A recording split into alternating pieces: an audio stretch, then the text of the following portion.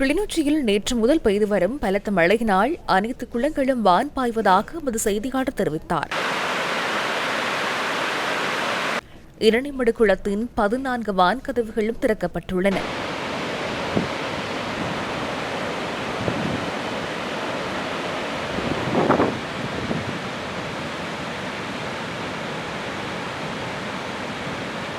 இதனால் தாழ்நிலத்தில் உள்ள விளைநிலங்கள் வெள்ளத்தில் மூழ்கியுள்ளதாக எமது செய்தியாளர் தெரிவிக்கின்றார்.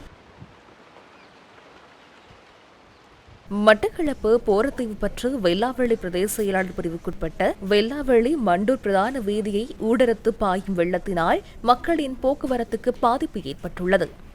மட்டக்களப்பு மாவட்டத்தில் தொடர்ச்சியாக பெய்கின்ற மழையினாலும் நவகிரி வான்கதவுகள் திறக்கப்பட்டமையாலும் இந்த நிலைமை ஏற்பட்டுள்ளதாக எமது செய்தியாளர் தெரிவித்தார்.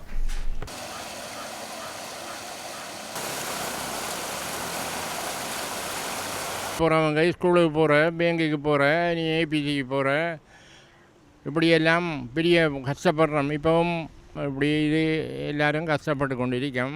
இதுலேருந்து கூடிக்கொண்டிருக்கு. இதுக்கு தக்க வழியை அரசாங்கம் செய்யணும். வடமத்திய மாகாணத்தில் பெய்து வரும் மழையினால் பராக்கிரம சமுத்திரத்தின் 6 வான்கதவுகள் தலா 2 அடிக்கு திறக்கப்பட்டுள்ளன. பராக்கிரம சமுத்திரத்தின் நேர் அமகங்காவின் ஊடாக திறந்துவிடப்பட்டுள்ளது. மழையுடனான வானிலை அதிகரிக்கும் பட்சத்தில் கலுகங்கை மொரகஹாகந்த நீர்த்தேக்கத்தின் வான்கதவுகளை திறக்க வேண்டிய நிலை ஏற்படும் என புலனறுவை மாவட்ட அனர்த்த முகாமைத்துவ பிரிவு தெரிவித்துள்ளது. கலாவாவியின் வான்கதவுகள் தற்போது திறக்கப்பட்டுள்ளன.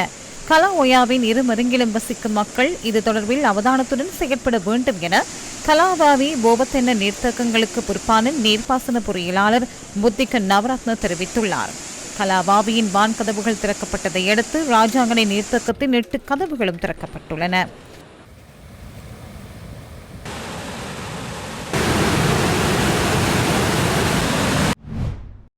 பலத்த மழையினால் கல்லோயாவின் அணை உடைந்து நிரம்பி வழியும் அபாயம் உள்ளதால் கல்லோயா சுதுவெல்ல கிராமத்தை சேர்ந்த சுமார் 110 குடும்பங்கள் மகாபாவி விகாரையில் தங்க வைக்கப்பட்டனர்.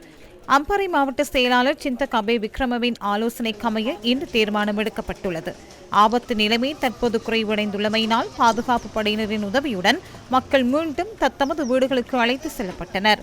பாதிக்கப்பட்ட மக்களுக்கு தேவையான ஆலோசனைகளை வழங்குவதற்கு அம்பாறை உதவி பிரதேச செயலாளரும் அங்கு பிரசன்னமாகி இருந்தார்.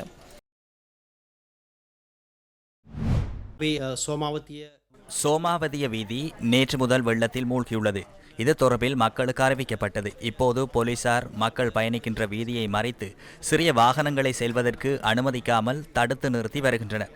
38வது கட்டை பகுதியில் உள்ள வீதியில் சுமார் 2.5 அடி வரை வெள்ளம் தொடர்ச்சியாக நிரம்பியுள்ளதால் இயல்பு நிலைக்கு திரும்பும் வரை குறித்த வீதியை பயன்படுத்துவதை தவிர்க்குமாறு கேட்டுக்கொள்கின்றோம். கல் ஓயாவில் இருந்து 44 குடும்பங்களைச் சேர்ந்த 135 பேர் தொடர்ச்சியாக தற்காலிக முகாம்களில் தங்க வைக்கப்பட்டுள்ளனர். அவர்களுக்கு நிவாரணம் வழங்க நடவடிக்கை எடுக்கப்பட்டுள்ளது. அப்பகுதியில் விழிப்புணர்வு பிரச்சாரங்களும் முன்னெடுக்கப்பட்டு வருகின்றன.